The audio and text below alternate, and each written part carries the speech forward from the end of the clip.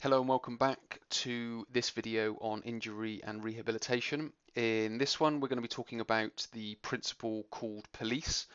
Now, it's very similar to RICE, so it works in a very similar way. It just has a couple of different wordings, and it also has an additional sort of principle or component to it.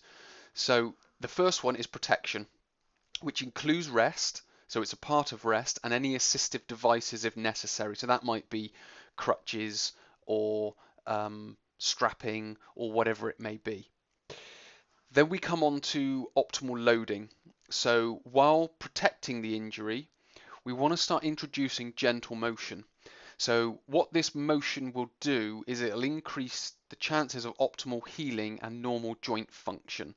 Because if you can remember back to RICE, where we talked about abnormal healing, the tissues respond to movement and motion. So as you move the joint and apply gentle load through the joint, it can actually aid in the healing process and the laying down of new tissue.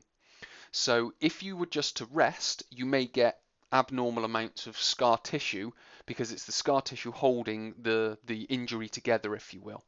Whereas if we can use optimal loading, the tissue can lay down a lot more effectively and therefore reducing the amount of scar tissue. Now, ice, compression, and elevation are very much exactly the same as RICE. So ice, again, manages the swelling and reduces pain. Again, we want to do it in that cycle that we talked about in the last video, which is 10 to 15 minutes at a time. As the pain reduces, as the injury starts to cool, remove the ice.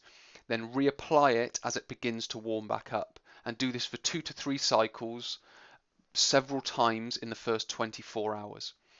Compression, again, aims to reduce swelling, which can inhibit function. So you want to wrap the injury, but not too tight. So again, that might be using a bandage or any sort of strap that's sort of, let's just say pre-made, like an ankle strap or whatever it may be.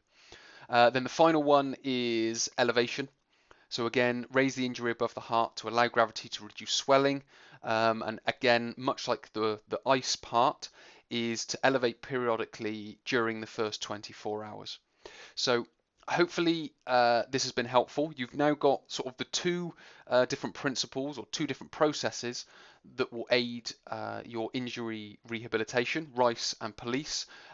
Do look these up, get some more detail on them if you want to, and also if you get any prolonged symptoms of the injury, then please go and see a medical or health professional for another opinion on your injury.